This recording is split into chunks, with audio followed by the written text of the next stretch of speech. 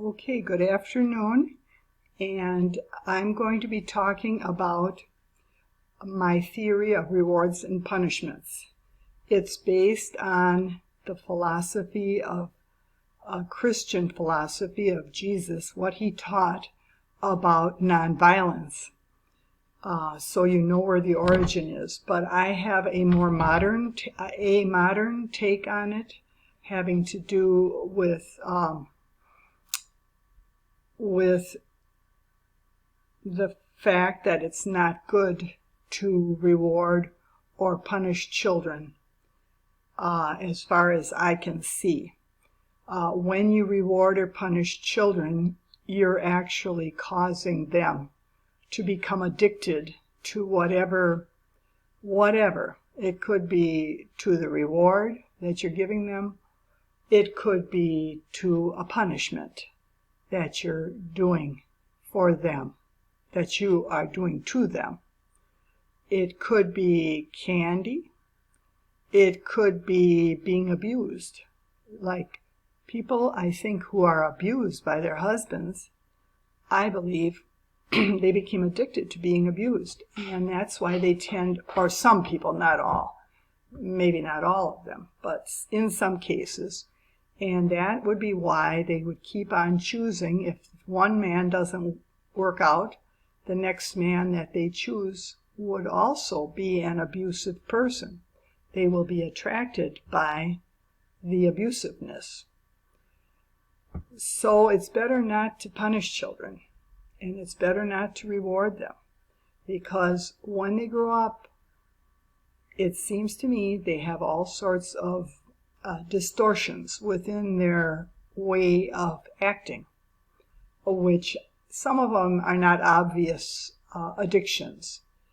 Some of them would be, for example, I would say a lot of the common neuroses that we know about, such as OCD.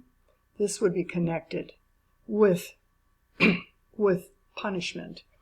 And I consider both rewards and punishments to be punishments, because the rewards are, you will get this reward, and then you get used to getting the reward as long as you do so and so. They're both manipulative. And then when they stop that reward, or if you're the only person that doesn't get the reward, then you are being punished. The rest of the children will get this reward, but you won't, because you did so and so. So that would be a punishment. So I'll just call it punishment. And I believe that punishment has caused, for example, anorexia, bulimia, addictions to all different things, depression and manic depression, and other different types of psychological problems, which I am not thinking of right now, but there are many of them. So if a person sees that this person becomes anxious because of something in the person's life, I would suggest that he look at the circumstances in which he becomes anxious, and is it a normal circumstance, or does he think he shouldn't be so anxious? Other people aren't so anxious in that circumstance. If he thinks it's not a really normal way to be anxious, or when he has these problems come up, he should notice in what circumstances, with what people do I have those problems come up. Then he should have a friend who would help him with it.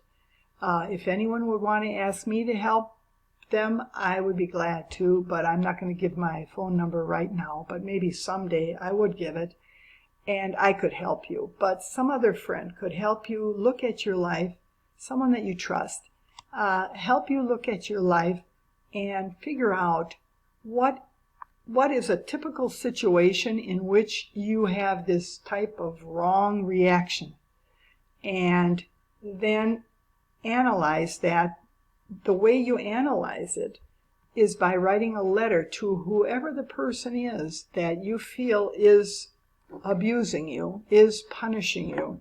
You look at punishment, the connection of punishment to that circumstance first. And when you see where the punishment is, and you see who's doing it, and you see naturally anyone would get angry at that type of thing, then you write that person a letter.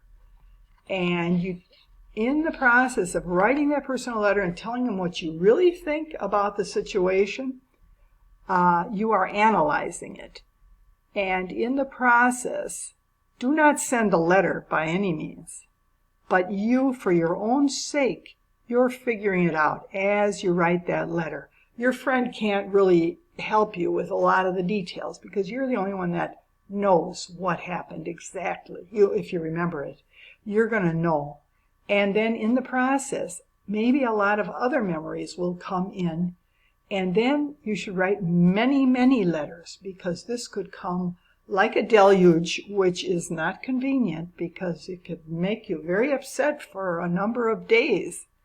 And this may interfere, so make sure you have some time when you start doing this. Start on maybe on a weekend, because you might lose that whole weekend and you have to go to work on Monday. So you might want to do this on a weekend when a deluge of other circumstances where other people have been punishing you will come through. But this is not only...